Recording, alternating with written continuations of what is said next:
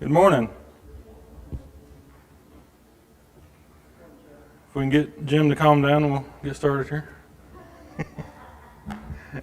You calm down now. We'll get started. If you need a book, there's a couple more on the back table back there. Feel free to grab one of those and follow along. We're in lesson 7 today. And this is, of course, about David choosing Solomon. But to kind of start off, I think we'd need to go back to verse 1. The book starts at verse 28 in 1 Kings chapter 1. But to really get the context and the full story, we'd really need to go back to verse 1. We won't read the entire chapter, but we'll read key points of it. So 1 Kings chapter 1, starting at the first part of the chapter. Now King David was old and advanced in years, and although they covered him with clothes, he could not get warm. So David is obviously of advanced age, as it says, and he's starting to wear down and just not able to get warm. And despite his servants' attempts to warm him with the company of a woman, they're not able to keep him warm, or to really prolong his life any more than what they already have. So seeing this, and I'm not for sure, I've never been able to pronounce this name properly. Adonijah? Is that as good as anybody else? Adonijah? Yeah. Adonijah, yeah. You'll probably hear me pronounce it 2 or 3 different ways. Yeah, I don't know.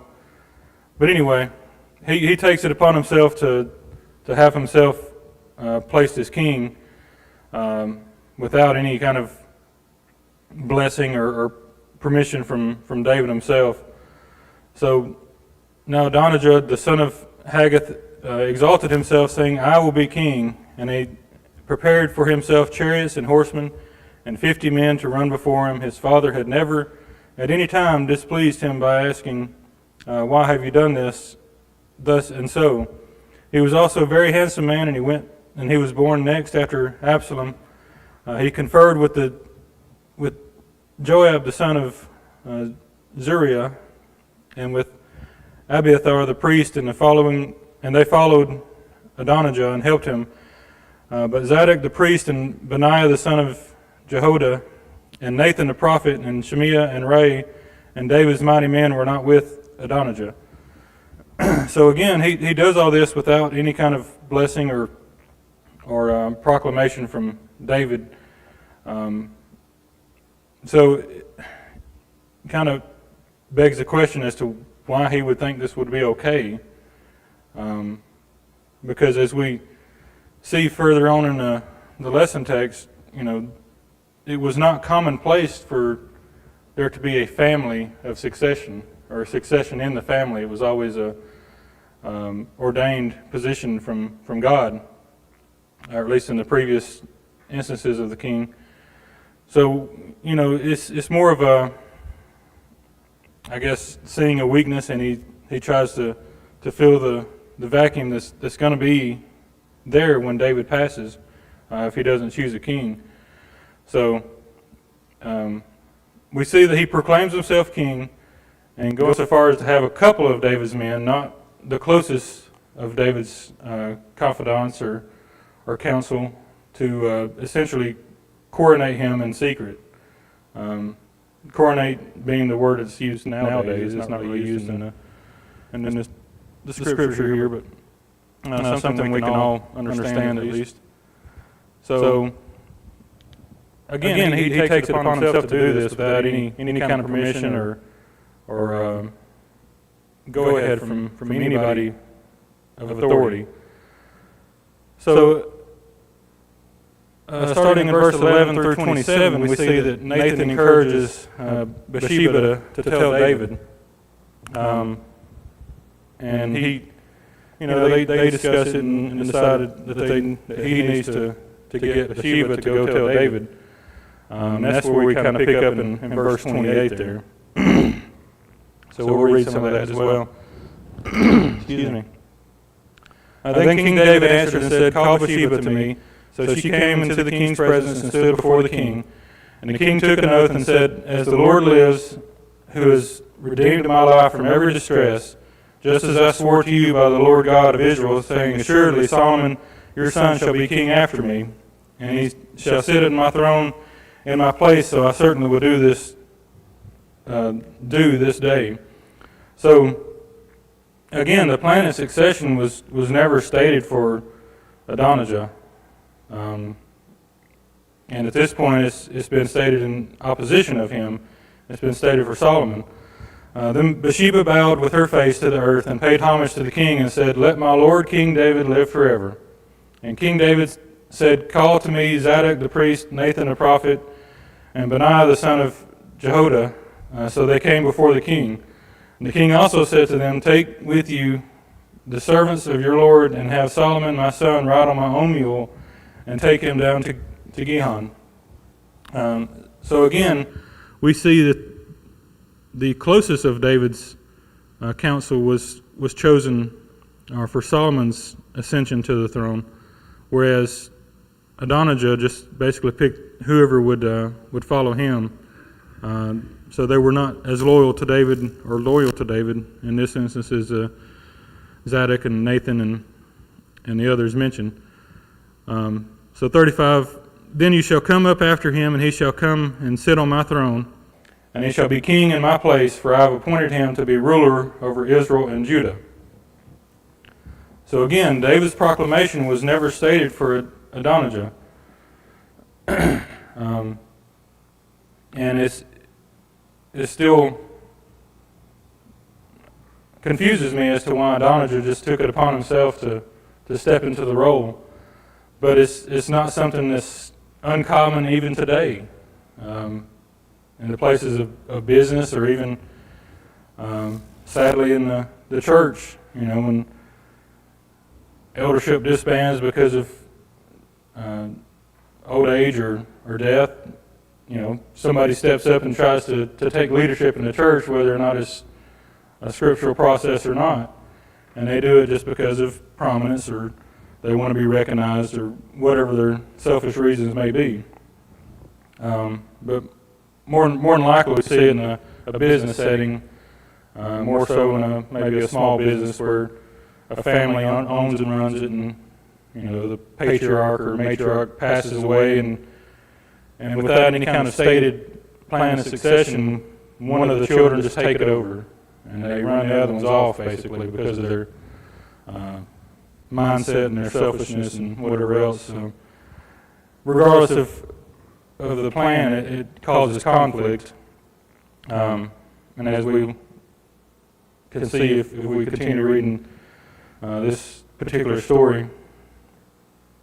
So verse 36, "Benaiah the son of Jehoiada answered the king and said, Amen, may the Lord God of my lord the king say so too. And the Lord has been with my lord the king, even so may he be with Solomon, and make his throne greater than the throne of my lord King David." So Zadok the priest, Nathan the prophet, Benaiah the son of Jehoiada, the Cherethites and the Pelethites went down and had Solomon ride on King David's mule, and took him to Gihon. So I'm going to guess here that King David's mule was a recognizable mule. Either had some type of special blanket or whatever that went over the mule when it was out and about, or it was just adorned in some way that everybody knew that was King David's mule. I'm assuming that it was something special, possibly the pick of the stock and everything. So there was some way that the people knew that was King David's mule. Otherwise, why would he have Solomon ride on it in such a public fashion? So again, this is another way that David has basically used public perception to relay the message that Solomon is the chosen successor. It's not something that he thinks will go unnoticed. Otherwise, I don't think he would have used it in that fashion. And a couple of other aspects here as well. Then Zadok the priest took a horn of oil from the tabernacle and anointed Solomon, and they blew the horn, and all the people said, "Long live King Solomon." So again, because of the fact that people recognized that was King David's mule, and the fact that Solomon rode into through the town and I'm guessing into the tabernacle itself, where he was anointed, when they heard the horn blow, they knew what was going on. They knew he was being anointed as king, and so they responded appropriately. And this is kind of where it all starts to fall apart for Adonijah. And all the people went up after him, and the people played the flutes and rejoiced with great joy, so that the earth seemed to split with their sound. So this is not something that happened when Adonijah anointed himself as king. He might have had the people closest to him that joined him for the meal that they were at, that we'll see in just a moment. But undoubtedly, he did not have the same support from the people as Solomon did. And likely Solomon had that support because it was a chosen successor of David himself, and not just someone that decided to take on the throne. And all the people went up after him and said, and the people played the flutes and rejoiced with great joy, so that the earth seemed to split with their sound. Now Adonijah and all the guests who were with him heard it as they finished eating. And when Joab heard the sound of the horn, he said, "Why is the city in such a noisy uproar?" So, they had no idea all this was going on, because they were likely still celebrating Adonijah's supposed ascension to the throne. It says, while he was still speaking, there came Jonathan, the son of Abiathar, the priest, and Adonijah said to him, "Come in, for you are a prominent man, and bring good news." And then Jonathan answered and said to Adonijah, "No, our Lord King David has made Solomon king." So, as you can imagine, I'm sure Adonijah had just a sinking feeling. His stomach probably dropped out of him, because he knew that the ride was over, and he was no longer going to be able to claim that he was king, because now a rightful heir had been appointed.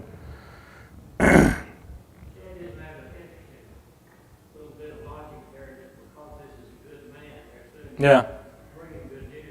Mm-hmm.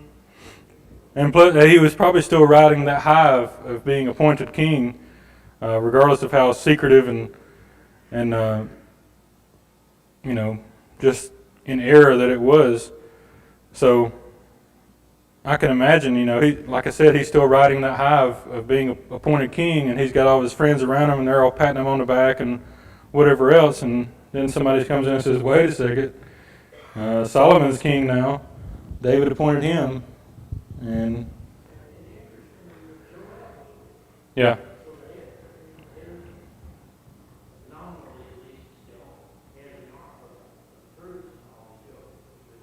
Right.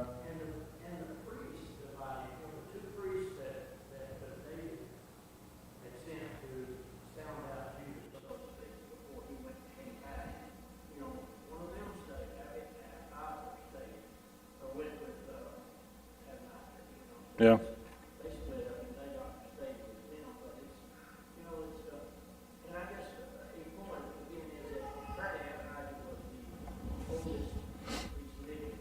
Right, yeah.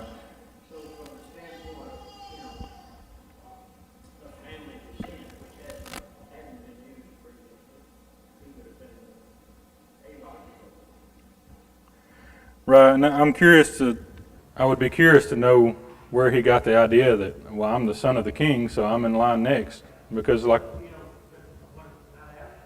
right. Yeah.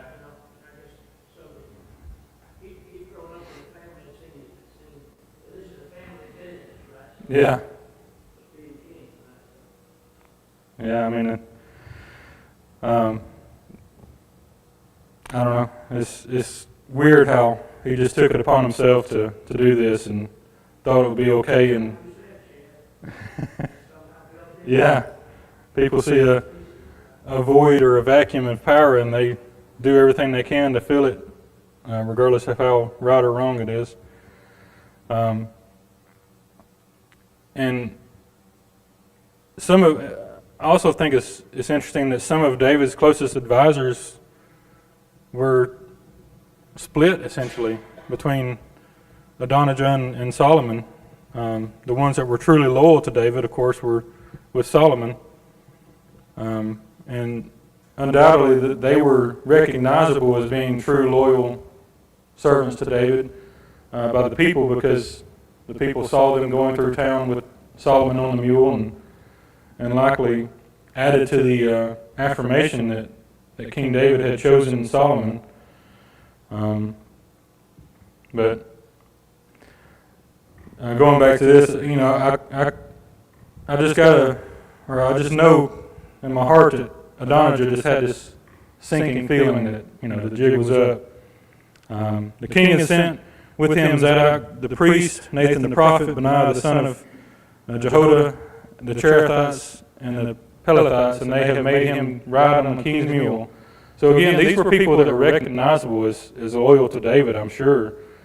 And in verse 45, so Zadok the priest and Nathan the prophet have anointed him king at Gihon, and they have gone up from their rejoicing, so that the city is in an uproar. Now this is the noise that you have heard.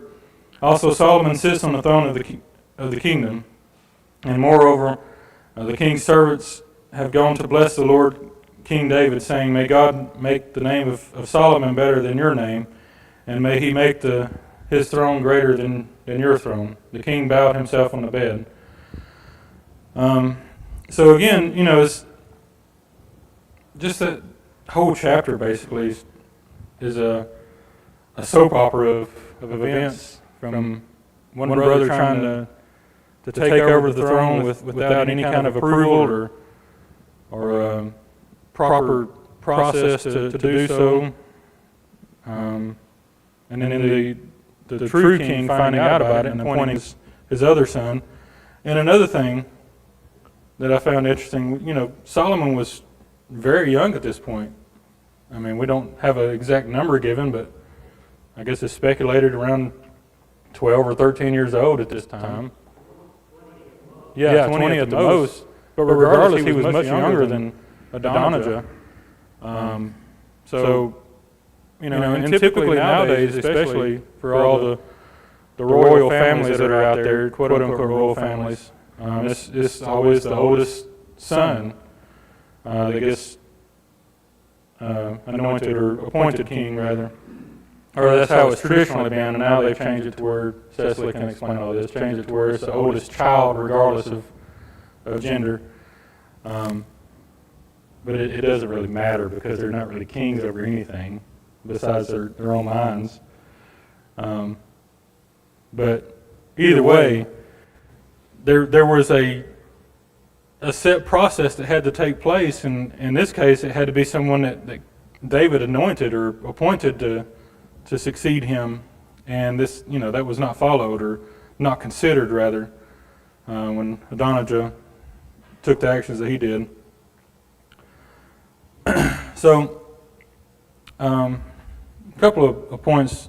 We'll skip over to page 67. So David's orders were carried out by his loyal servants, as he instructed Zadok the priest, Nathan the prophet, Benaiah the son of Jehoiada, the Cherethites, and the Pelethites. And I wrote a note that I have to turn sideways. Obvious members of David's closest advisors, and it was something that Adonijah did not have. So again, we see that, regardless of what Adonijah had in mind, the king's say was final.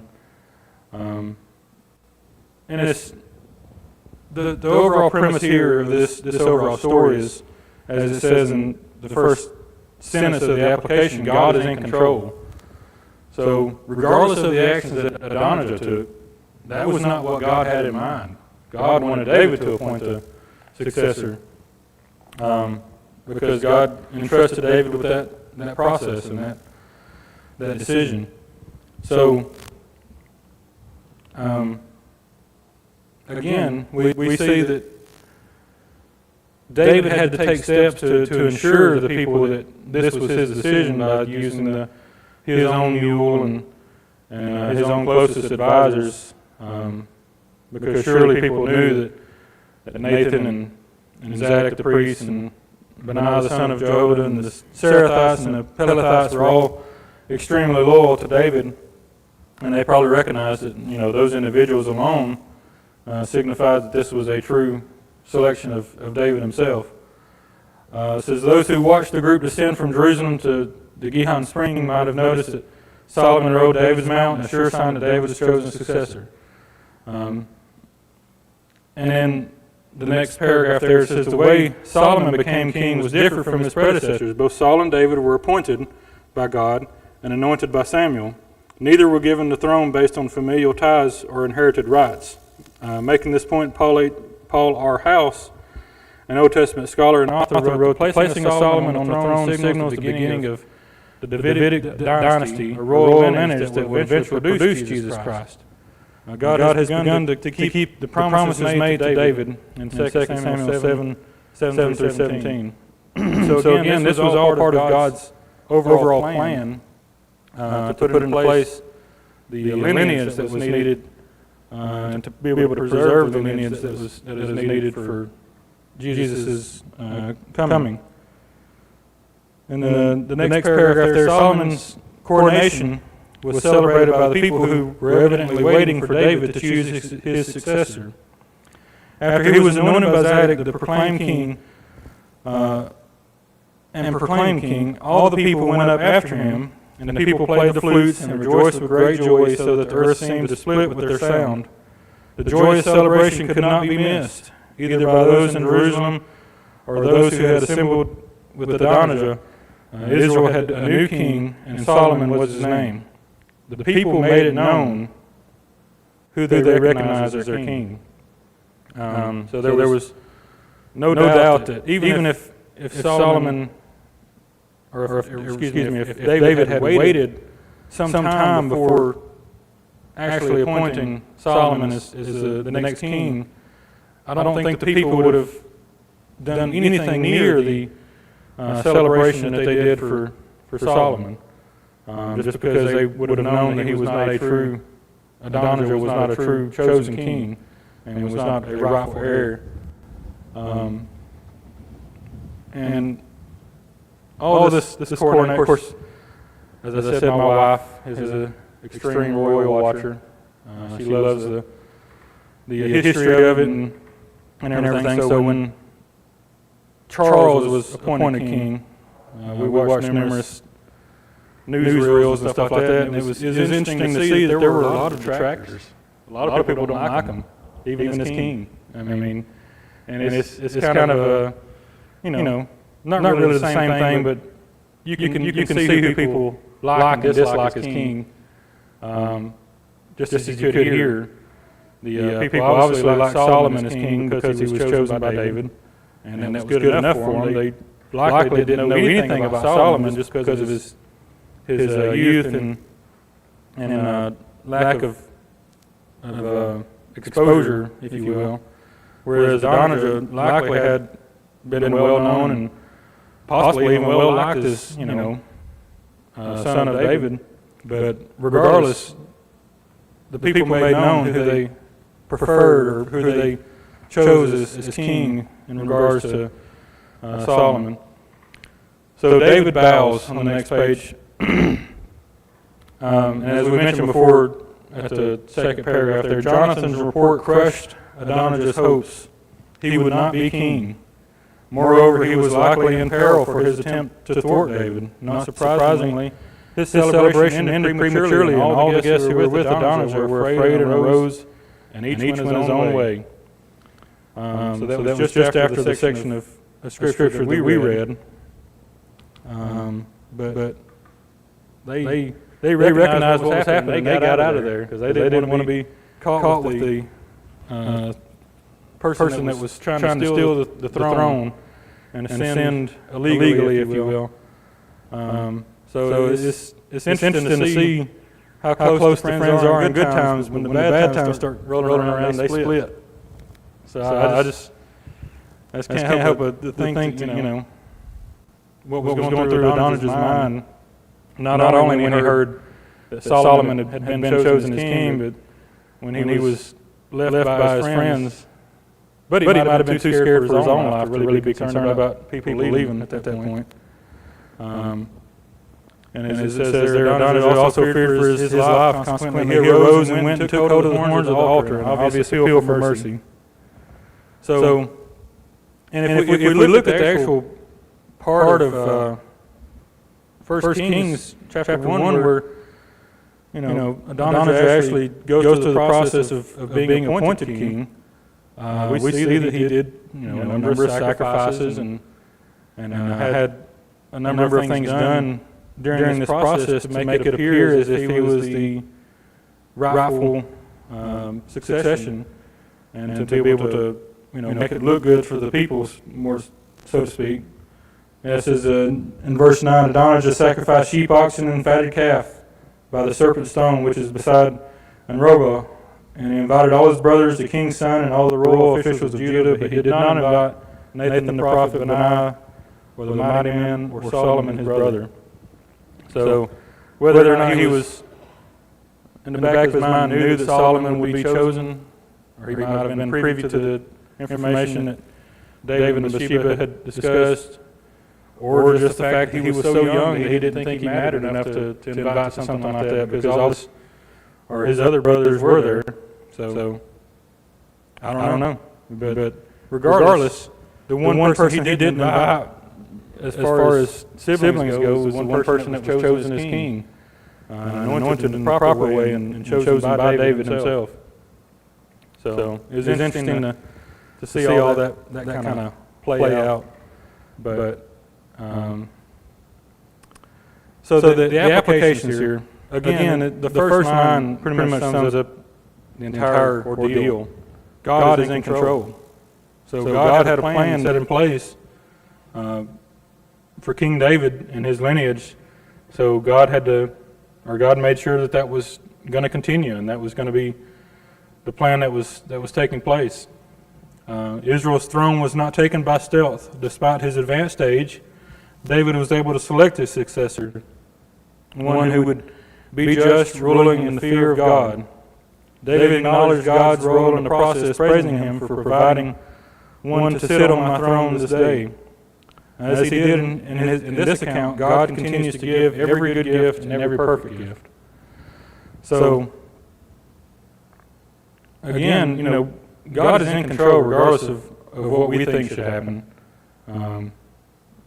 or what Adonijah thought should happen. God already had a plan in place, and had given David the power in the process to choose his own successor. But of course, it was going to be somebody in the line or the lineage of David, just because that's the plan that God had set in place. So, the second application there, the reaction of the people to Solomon's coronation is a reminder that some moments ought to be celebrated. In a world characterized by difficulties and trials, instances of good and spiritual victory should not be ignored. We should celebrate when an individual turns from darkness to light. We should celebrate when precious souls obey the gospel. We should celebrate when an individual does not yield to temptation. We should celebrate wedding anniversaries and other milestones of faithfulness. And we should celebrate the wonderful things God continues to do through his people on a regular basis. To God be the glory. And I think that, pretty well sums up the attitude that we should have, or part of the attitude that we should have as Christians. We should celebrate when Rick's daughter decides to be baptized. We should celebrate marriages and births and anniversaries. And mine and Cecily's anniversary is tomorrow, in fact. 13 years. So just keep praying that she don't kill me in the next 13 or next 50. What's that? Yeah, hoping for 14. I don't think of, how long have y'all been married, Lester? 71 years. I don't think I have that longevity in my body to live that long. Of course, I would stay with Cecily forever, but I just don't think the good Lord is going to bless me with that many years to reach 71. But that's an astonishing accomplishment for any married couple to go 71 years. That's just amazing to me. Considering most don't make it a handful, much less anywhere close to that. But again, this is something that I think we kind of forget about, or we kind of get into the wrong attitude rather, of, well, what about me, kind of thing. When am I going to be celebrated? But we should be celebrating others regardless of what's happening in our own lives.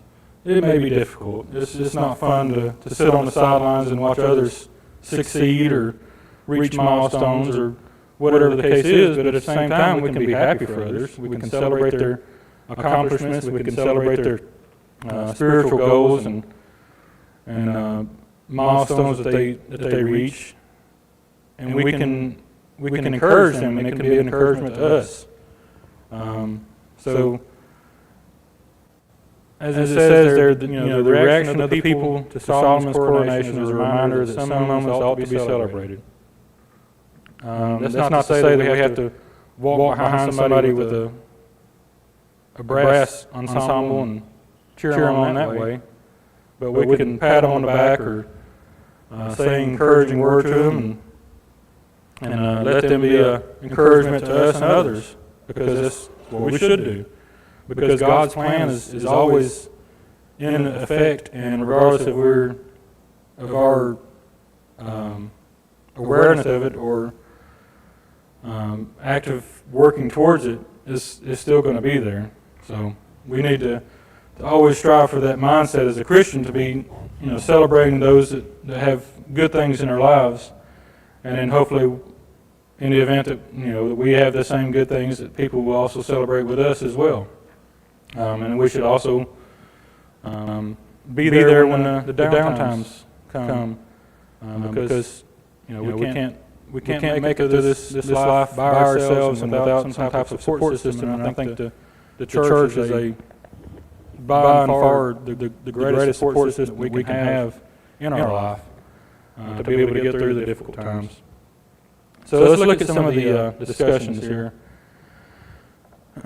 What can we learn about God from the things David says in our lesson text?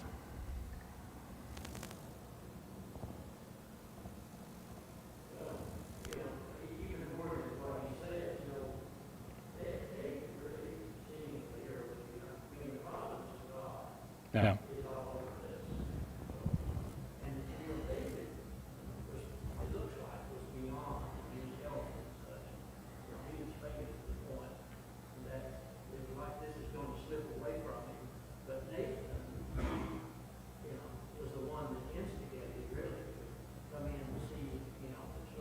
Yeah.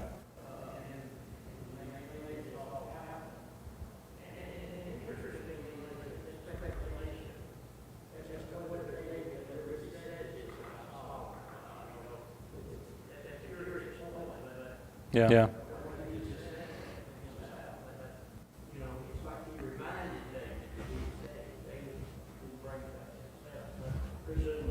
Right.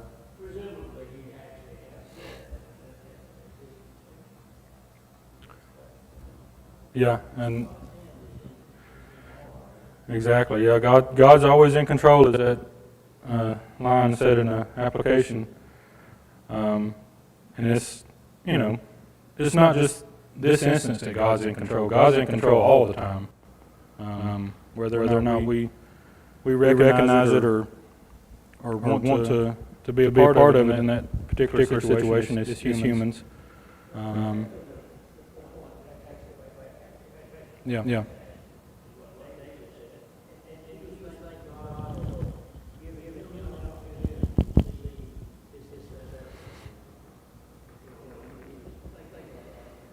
Yeah.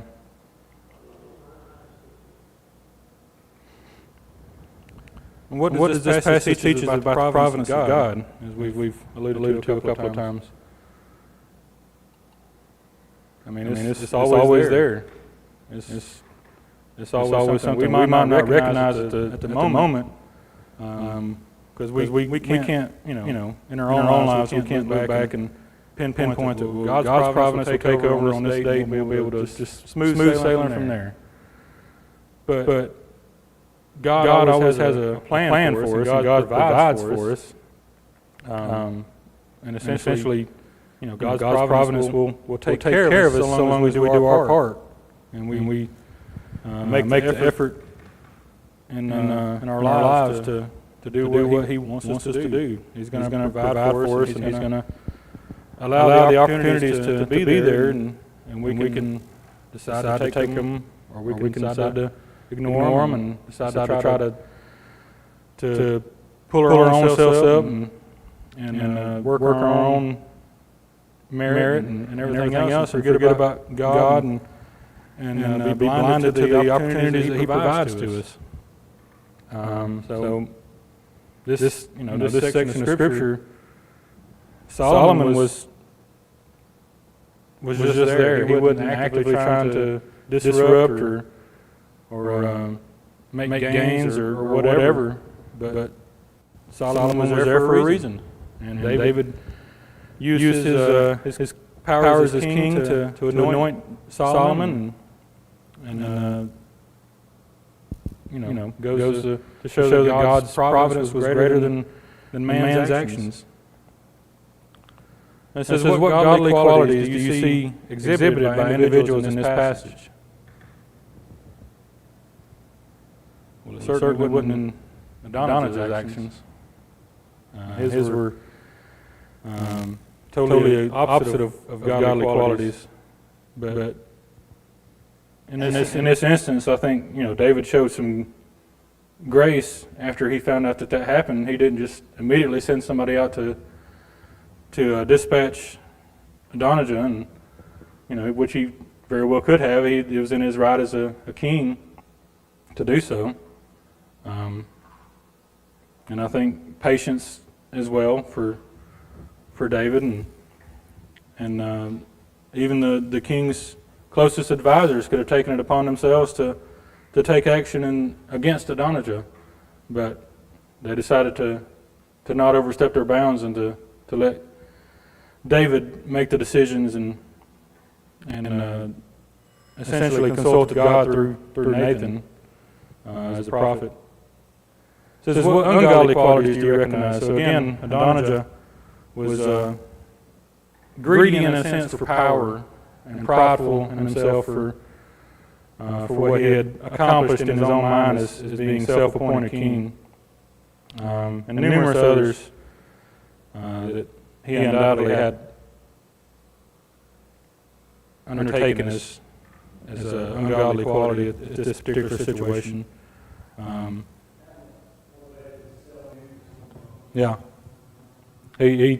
He put himself above what God had planned, put himself above what King David had planned. So, yeah.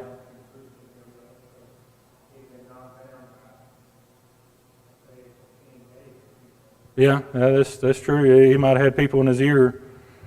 Now's the time kind of thing. He's old and frail,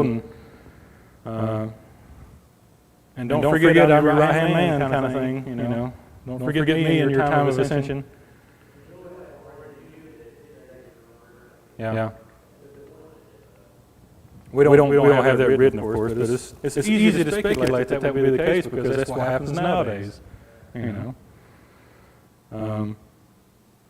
Politics in general. Somebody's advisor, do this over here and you'll get support. And don't forget about me when you get there, kind of thing. And then they end up getting the cabinet position in which they're nowhere near qualified because they were always there for whoever it was. But we see the same ungodly qualities in today's world and interactions. But we also see the same godly qualities that were exhibited here. But sadly, people will see the bad before they see the good in every situation. But we should always celebrate the good things that happen in our lives, as it mentioned here in the second application.